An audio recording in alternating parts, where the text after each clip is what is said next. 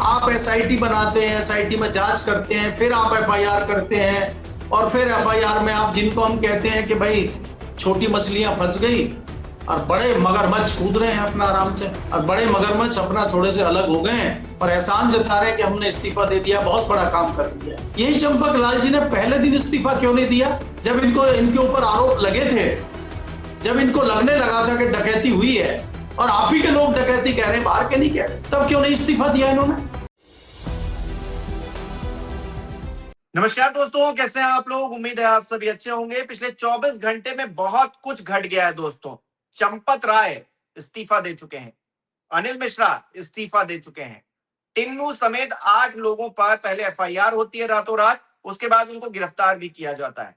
लेकिन सवाल यही है कि क्या बड़ी मछलियों को बचाने की कोशिश में छोटों को नाप दिया जा रहा है? और इस पूरे सिनेरियो में सियासत भी जो जमकर हो रही है, क्योंकि योगी जी तो मंच पर खड़े होकर कह रहे हैं कि देखिए एसआईटी का गठन हुआ, अब एक्शन भी हो रहा है और दूध का दूध और पानी का पानी भी होता जा रहा है। तो क्या सच में दूध का दूध और पानी का पानी हो रहा है, या फिर असल में दूध में पानी मिलाया जा रहा है? दाल में कुछ काला नहीं है, पूरी दाल ही काली है, जिसमें से हमको कुछ अच्छा हिस्सा दिखाया जा रहा है कि भाई देखिए सब राम राज्य चल रहा है। क्या है पूरी परिस्थिति, क्या है पूरी तस्वीर, इसको लेकर बातचीत करेंगे।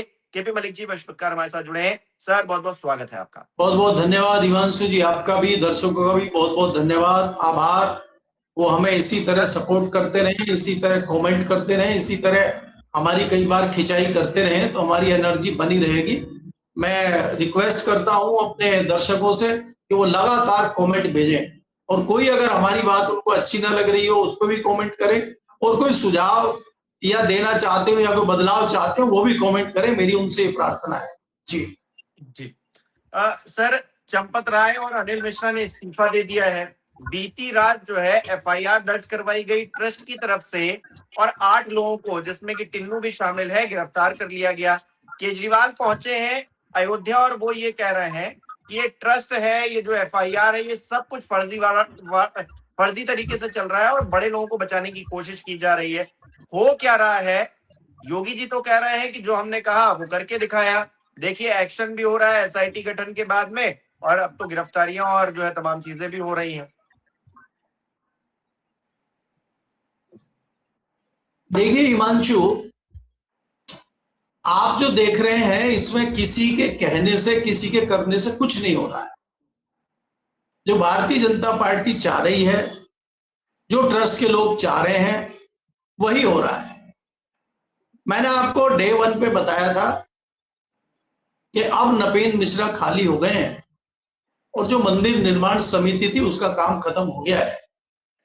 तो नपेंद्र मिश्रा जी को ट्रस्ट का सर्वे सर्वा बनाया जाना है, इसलिए ये सफाई की जा रही है।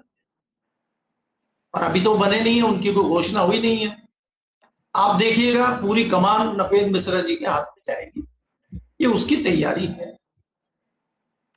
ये इस्तीफे हो जाना, ये खबरें आ जाना, ये अरेस्टिंग हो जाना, ये सब फॉर्मेलिटी है। आप एसआईटी बनाते हैं, एसआईटी में जांच करते हैं, फिर आप एफआईआर करते हैं और फिर एफआईआर में आप जिनको हम कहते हैं कि भाई छोटी मछलियां फंस गई और बड़े मगरमच्छ कूद रहे हैं अपना आराम से, और बड़े मगरमच्छ अपना थोड़े से अलग हो गए हैं और एहसान जता रहे हैं कि हमने इस्तीफा दे दिया, बहुत बड़ा काम कर दिया। यही चंपक लाल जी ने पहले दिन इस्तीफा क्यों नहीं दिया? जब इनके ऊपर आरोप लगे थे, जब इनको लगने लगा था कि डकैती हुई है और आप ही के लोग डकैती कह रहे हैं, बाहर के नहीं कह रहे, तब क्यों नहीं इस्तीफा दिया इन्होंने? आज ही क्यों इस्तीफा दिया है? ऐसा क्या हो गया? तो ये सब देखिए, ये पहले स्क्रिप्ट लिखी हुई है, पटकथा पहले लिखी जा चुकी है, ये सिर्फ अभिनय हो रहा है। और इसी अभिनय के तहत मैं आपको ये सीन बता रहा हूं फिल्म का, जो आगे आप देखेंगे। जो फिल्म चल रही है और जिस मोड़ पे हम फिल्म के खड़े हैं, वो फिल्म ये है कि कुछ इस्तीफे हो गए हैं, कुछ लोग जेल चले गए हैं, और ये जांच पड़ताल जो है कागजों पे इधर उधर चलती रहेगी। खासकर चुनाव की तैयारी है, कैसे मामले को आगे लेके जाना है, कैसे नपेंद्र मिश्रा जी के हाथ में कमान पूरी देनी है। और कल को आप खबर देखेंगे कि नपेंद्र मिश्रा जी जो है अयोध्या में बैठ गए अपना धूना रमा के और कब्जा करके, और पता चला कि चंपक लाल जी को कहीं किसी दूसरे मथुरा में या किसी दूसरी जगह पे कोई बड़ी जिम्मेदारी दे दी गई। तो ये क्या प्रमोशन है या डिमोशन है? एक बात। दूसरी बात यह है, उत्तर प्रदेश में चुनाव है और हम और आप लगातार इस बात पर डिस्कशन कर रहे हैं कि जो तल्खी बनी हुई है दिल्ली और लखनऊ के बीच में, उसको हम इग्नोर नहीं कर सकते। योगी जी चाहे कुछ भी कहते रहें, योगी जी अपने स्थानीय यूपी के विपक्षी दल के ऊपर कुछ भी प्रहार करते रहें, कुछ भी कहते रहें, वो सिर्फ एक नूरा कुश्ती है। और उस नूरा कुश्ती के वो भी अभिनय कर रहे हैं, वो भी एक उसमें पात्र हैं जो उत्तर प्रदेश की, उसको आप फिल्म कहिए, रामलीला कहिए, नाटक कहिए, मंचन कहिए, उसी के एक पात्र, प्रमुख पात्र जो है योगी जी भी हैं और वो भी उसी तरह से कर रहे हैं। योगी जी अयोध्या मंदिर के मुद्दे में कहीं नहीं है, लेश मात्र नहीं है। वो पहले ही दिन उन्होंने कह दिया था इससे हमारा कोई लेना देना नहीं है, इनको जो करना है ये करें। ट्रस्ट ने ही कहा कि एसआईटी बना दीजिए, तो इन्होंने एसआईटी बना दी। ट्रस्ट ने कहा रिपोर्ट दे दीजिए, इन्होंने रिपोर्ट दे दी। ट्रस्ट के लोगों ने अपने आप, चंपत राय जी ने इस्तीफा दिया, इस्तीफा दे दिया। योगी जी ने क्या करा? योगी जी ने तो कुछ करा नहीं। योगी जी ने तो ये कहा कि भाई दोषियों को सजा मिल जाएगी। कौन दोषी है? वो टिन्नू दोषी है, या वो नीचे के टिन्नू के भाई भतीजे और दूसरे ड्राइवर और दूसरे जो वहां पे छुटवैये लोग थे वो जिम्मेदार है? सवालों का जवाब तो नहीं आ रहा है। जो आरोप लग रहे हैं, तमाम आरोप चंपत राय के ऊपर लग रहे हैं, बाकी लोगों के ऊपर लग रहे हैं, अनिल मिश्रा के ऊपर लग रहे हैं, राव कौन है उनके ऊपर लग रहे हैं, वो जवाब तो कोई नहीं दे रहा। ना भारतीय जनता पार्टी दे रही, ना योगी जी दे रहे, ना मोदी जी दे रहे, ना भागवत जी दे रहे। ये तो अपना जो आपने पटकथा लिख दी, आप जो जनता को दिखाना चाह रहे हैं, जो चैनल आपके दिखाना चाह रहे हैं, वही चल रहा है। एक अनोखी बात हमें जरूर दिख रही है कि योगी जी के खिलाफ जो नेशनल चैनलों पे बाढ़ आई हुई है और ग्राफिक्स बना बना के और तुरंत पुरानी फुटेज निकाल निकाल के योगी जी के ऊपर जो हमले किए जा रहे हैं, ये थोड़ा सा समझ में आने से थोड़ा सा लोगों का एंटीना खड़ा हो रहा है। इसमें तो ना किसी विपक्ष की बात है, ना कोई कांग्रेस की बात है, ना कोई समाजवादी पार्टी की बात है। ये क्यों हो रहा है? योगी को क्यों टारगेट पे इतना लिया जा रहा है? चंपत राय को इतना टारगेट पे नहीं लिया जा रहा है जितना योगी को लिया जा रहा है। और चंपत राय को भी जितना लिया जा रहा है वो योगी के थ्रू लिया जा रहा है, ताकि योगी को ज्यादा से ज्यादा इसका नुकसान किया जा सके। भारतीय जनता पार्टी की सरकार है, भारतीय जनता पार्टी के मुख्यमंत्री योगी आदित्यनाथ हैं, भारतीय जनता पार्टी की केंद्र में सरकार है, एक्शन भी योगी के खिलाफ ही हो रहा है।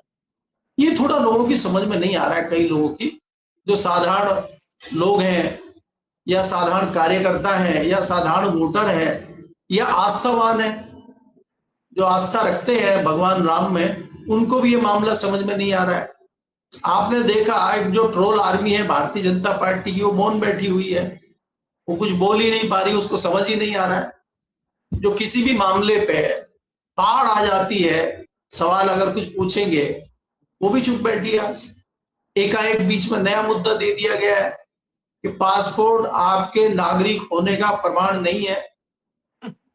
अब पहले तो ये था कि भाई आधार कार्ड नहीं है आपका प्रमाण, फिर ये हुआ आपका पैन कार्ड आपका प्रमाण नहीं है, फिर कोई ड्राइविंग लाइसेंस है वो भी आपका प्रमाण नहीं है, वोटर आई कार्ड है उसका कोई लेना देना नहीं है, अब पासपोर्ट भी नहीं है, तो फिर क्या है? तो हम नागरिक हैं, इसके लिए हमें लाइन में लग के बताना पड़ेगा। हम नागरिक हैं कि नहीं है ये कौन तय करेगा? अब ये भी अमेरिका तय करेगा कि हम भारतीय नागरिक हैं। जी, बीजेपी से आपकी आवाज सर्टिफिकेट नहीं, बीजेपी तो सर्टिफिकेट दे ही रही है। केरल में सर्टिफिकेट बीजेपी ने चुनाव आयोग का दिया था, आपको तो याद होगा। तो बीजेपी तो सर्टिफिकेट दे ही रही है। अब बीजेपी ही सर्टिफिकेट दे रही है, यूपी में भी दे रही है। इसीलिए तो मैं कह रहा हूं कि अब बीजेपी आपस में ही सर्टिफिकेट बांट रही है अपने लोगों को, पहले उनसे तो निपट ले। भारतीय जनता पार्टी के अंदर, संघ के अंदर जो एक द्वंद्व चल रहा है इस बात को लेके कि सत्ता अब जो है, जैसे खेत होता है, खेत अपनी बाढ़ को खाने लगता है और परेशानी बढ़ जाती है। भारतीय जनता पार्टी और संघ की परेशानी बढ़ चुकी है। जो ओरिजिनल भारतीय जनता पार्टी के लोग हैं, जो संघ के लोग हैं, वो बड़े उहापोह की स्थिति में है।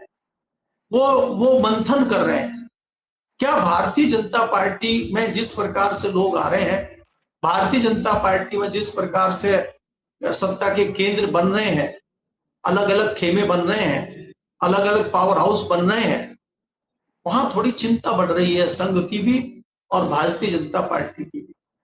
उसमें क्योंकि बाहरी लोग जितने भारतीय जनता पार्टी में आए हैं, जिनकी आस्था भारतीय जनता पार्टी में कितनी है कि नहीं है, वो कब तक भारतीय जनता पार्टी में रहेंगे, वो भारतीय जनता पार्टी को लंबे समय तक कोई बड़ा फायदा पहुंचा सकते हैं क्या, इस पर विचार विमर्श पार्टी में हो रहा है। पार्टी के कुछ पुराने कार्यकर्ता, पुराने नेताओं से जब हमारी बात होती है, मुरली मनोहर जोशी जैसे लेवल के जो लोग हैं, प्रवीण तोगड़िया हैं, संजय जोशी हैं, या दूसरे जो भी लोग हैं, पुराने लोग हैं, जितने लोगों से भी आप बात करेंगे, या भारतीय जनता पार्टी के ऐसे लोग हैं जो पिछले 40 साल से भारतीय जनता पार्टी में हैं, कई बार सांसद भी रहे हैं, विभिन्न पदों पर रहे, जब आप उनसे बात करते हैं तो वो बड़े दुखी दिखाई देते हैं।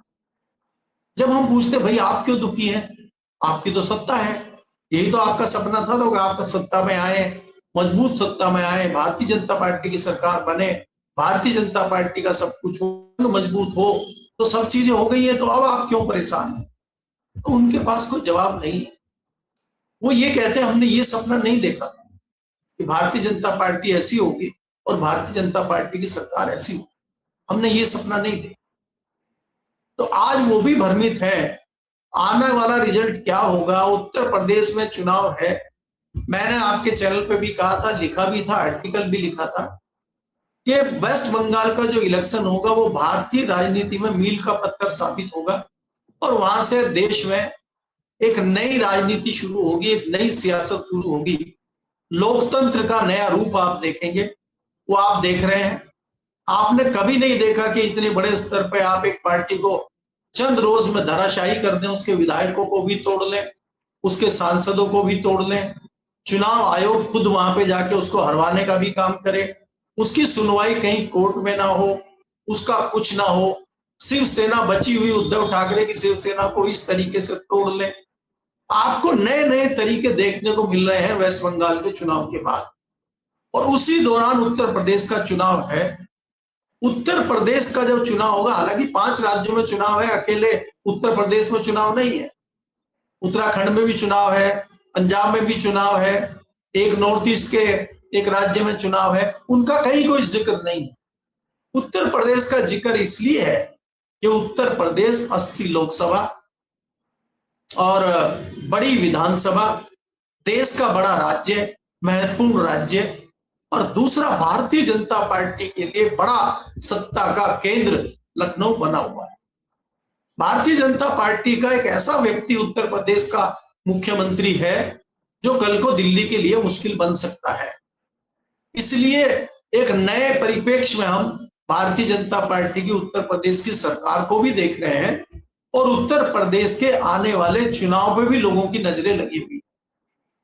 बीच बीच में आप देख रहे हैं, कभी मायावती भी एक्टिव होती हैं, कभी ओवैसी आ जाते हैं, कभी छोटे छोटे दल जितने हैं, वो राजभर हो, संजय निषाद हो, चंद्रशेखर हो, ये सब लोग एक्टिव आपको दिखाई देते हैं। उसी के बीच आपको जो पीडीए वाले भाई साहब हैं, अखिलेश यादव, वो भी लगे हुए हैं। लेकिन भारतीय जनता पार्टी की क्या रणनीति है आने वाले चुनाव में, ये किसी को नहीं पता है। अभी चर्चा ये नहीं आई है निकल के कि भारतीय जनता पार्टी किसी पिछड़े और दलित को यूपी का मुख्यमंत्री बनाना चाहती है चुनाव से पहले, ताकि वो दलितों को और ओबीसी वर्ग को अपने साथ कर सके, क्योंकि पीडीए से अभी भी वो घबराए हुए हैं।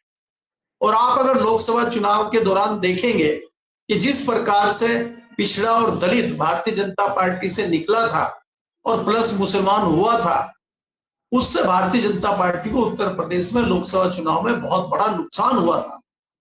कहीं ऐसा ही नुकसान विधानसभा में ना हो जाए, उसके लिए भारतीय जनता पार्टी का एक बड़ा वर्ग इस पर विचार कर रहा है कि उसको रोकने के लिए क्या किया जाए। तो अलग अलग लोगों के विचार हैं। कई लोगों के विचार ये भी है कि मुख्यमंत्री पिछड़े वर्ग का बना दिया जाए, लेकिन क्या वो बन पाएगा? क्या योगी जी को हटाना आसान है? क्या वो इस चीज को मानेंगे, या उन्हीं के चेहरे पर चुनाव लड़के और बिहार वाली तस्वीर उत्तर प्रदेश में बन सकती है? बहुत सारे विचार अभी चल रहे हैं, लेकिन मुझे लग रहा है कि इस मामले में कुछ भी कहना फिलहाल तो जल्दबाजी है। अभी तो हमें थोड़ा अयोध्या का ही जो है रामधुन जो चल रही है वो सुनना चाहिए, और अयोध्या का जो राम कीर्तन है उसी में मस्त रहना चाहिए। मुझे तो अभी यही लग रहा है हिमांशु जी। अच्छा सर, आपको ये लग रहा है कि जिस तरह से लीपापोती करने की शुरुआत से ही कोशिश है, मतलब ये कोई नई बात नहीं लग रही है कि लीपापोती की जा रही है, शुरुआत से ही, मतलब एसआईटी के गठन से लेकर और अब तक जो इस्तीफे हो रहे हैं वहां तक सब लीपापोती नजर आ रही है। आपको लग रहा है, आपको भरोसा है कि रामलला को न्याय मिलेगा? क्योंकि मतलब बहुत सारे सोशल मीडिया यूजर्स हैं, वो कह रहे हैं बेकार की माथापच्ची है, सरकार को जो मन आएगा वही करेगी, एसआईटी का जो मन आएगा वही करेगी, और इन सबसे ऊपर जो ट्रस्ट में बैठे हुए लोग हैं वो सबसे ऊपर हैं, वो पीएमओ को भी रिपोर्ट अगर नहीं देंगे तो कोई सवाल पूछने नहीं जा रहा है। तो वो अगर सर्वस्व है, वो भगवान की उपाधि पा चुके हैं, तो भगवान से कौन लड़ने जाएगा? अपने हिसाब से सारा मामला सेटल कर लिया जाएगा, कोई न्याय व्याय नहीं मिलने वाला है, खाली आपस में जो है खींचतान हो रही है, जैसा कि आप भी कह रहे थे, नूरा कुश्ती हो रही है। देखिए हिमांशु, दर्शक जो भी है या जो भी लोग ये कह रहे हैं उनकी बात में सत्यता है, और ये दिख रहा है, हमें लगातार चल रहा है। राम मंदिर में इस प्रकार से चंदा चोरी होना, इस प्रकार की लूट होना, और खुद उनके लोगों के द्वारा एक्सेप्ट करना और कहना कि भाई हाँ यहाँ पे लूट हो रही है, और उसके बावजूद कोई बहुत बड़ा एक्शन ना होना, इसको कोई आप एक्शन कहते हैं? हम जो सवाल खड़ा कर रहे हैं कि इस पर प्रधानमंत्री का वक्तव्य क्यों नहीं आ रहा है, इस चोरी पे प्रदेश के मुख्यमंत्री का कोई वक्तव्य क्यों नहीं आ रहा है?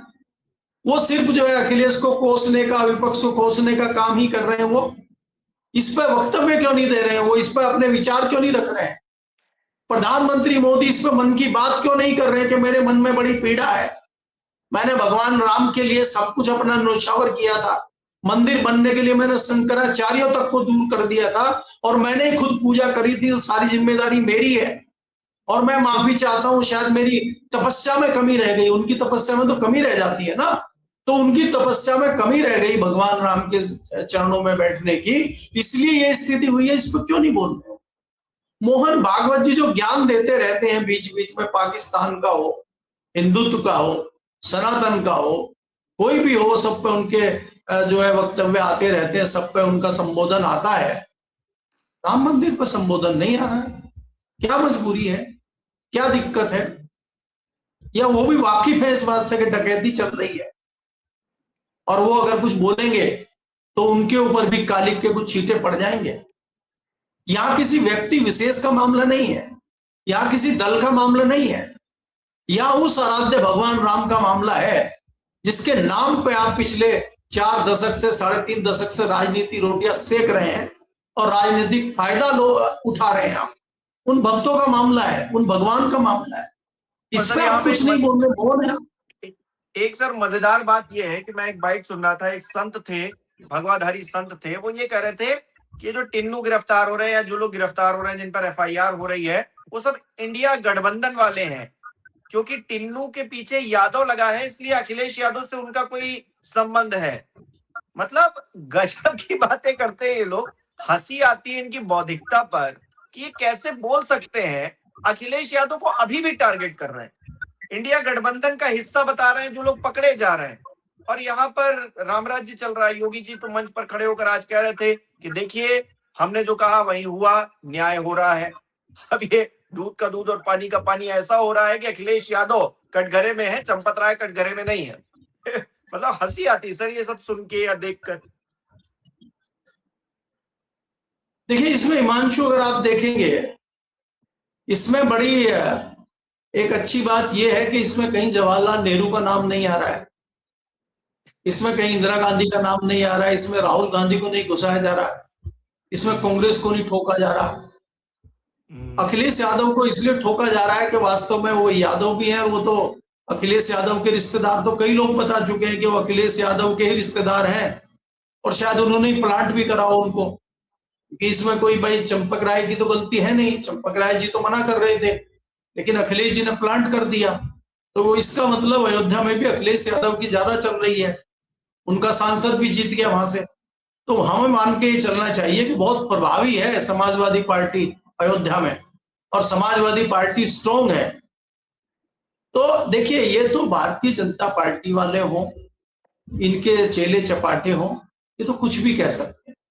ये तो गनीमत है, इसमें अभी तक पाकिस्तान का नाम नहीं आया, नहीं तो चंदा चोरी में पाकिस्तान का नाम भी आ सकता है कि पाकिस्तान से भेजे हुए कुछ लोग जो मंदिर में प्रवेश पा गए हैं और वही चंदा चोरी कर रहे हैं, ताकि सनातन को बदनाम किया जा सके और भारतीय जनता पार्टी को बदनाम किया जा सके।